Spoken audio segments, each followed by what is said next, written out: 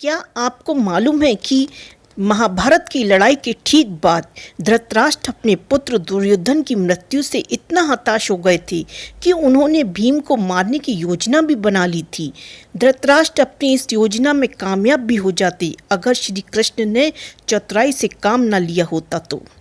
महाभारत के युद्ध के लिए दुर्योधन के साथ साथ धृतराष्ट्र के पुत्र का मोह भी बड़ा जिम्मेदार माना जाता है। वह धृतराष्ट्र को अपने पुत्र दुर्योधन के प्रति जो पुत्र मोह था जिसकी वजह से उसकी तमाम गलतियों और मनमानी पर पर्दा डालते चले गए। वो इसी का नतीजा ये हुआ कि बात युद्ध तक आ पहुंची और इसमें हजारों योद्धा वीर गति को प्राप्त हुए। पांडव महाभारत का युद्ध जीत गए, लेकिन क्या आपको मालूम है इस लड़ाई के ठीक बाद धृतराष्ट्र अपने पुत्र दुर्योधन की मृत्यु से बहुत हताश हो गए थे और उन्होंने भीम को मारने की योजना बना ली।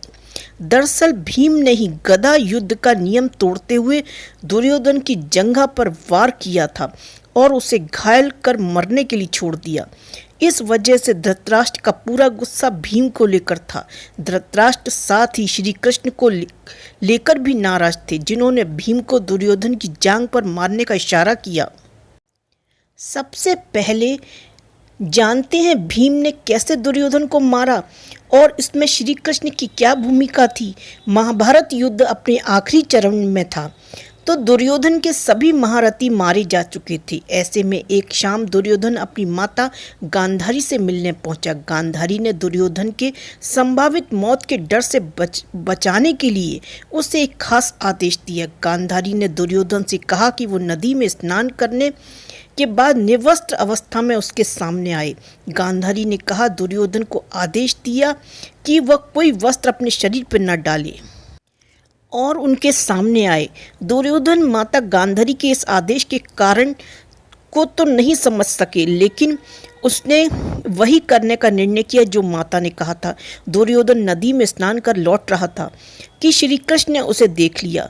दुर्योधन को स्नान करने के बाद निवस्त्र होकर लौटते देख श्री कृष्ण सारा माजरा समझ गए और उस समय दुर्योधन के पास आ गए।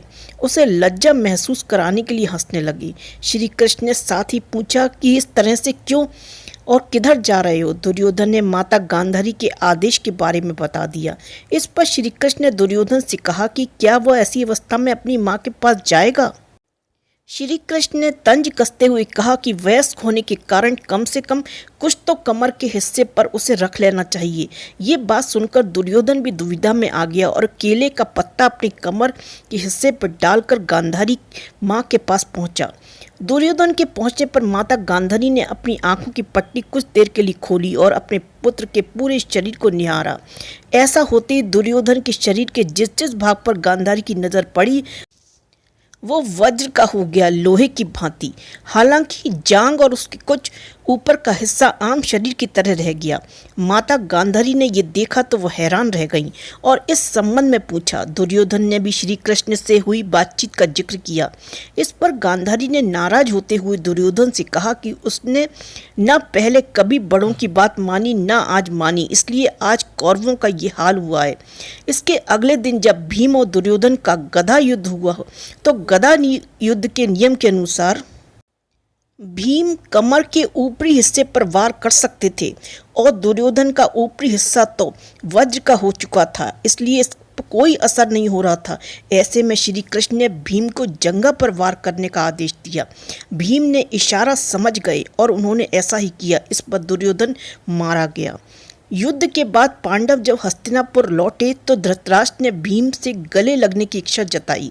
श्री कृष्ण इस समय तक धृतराष्ट्र के मन में चल रहे क्रोध को समझ गए थे। उन्होंने चुपके से एक लोहे का पुतला धृतराष्ट्र के सामने ये कहते हुए आगे बढ़ाया कि यही भीम है। धृतराष्ट्र देख नहीं सकते थे और इसलिए उन्होंने उस लोहे के पुतले को गले लगाया और इतनी जोर से दबाया कि उसके टुकड़े टुकड़े हो गए। धृतराष्ट्र को समझते देर नहीं लगी कि उनकी मंशा सबके सामने आ चुकी है।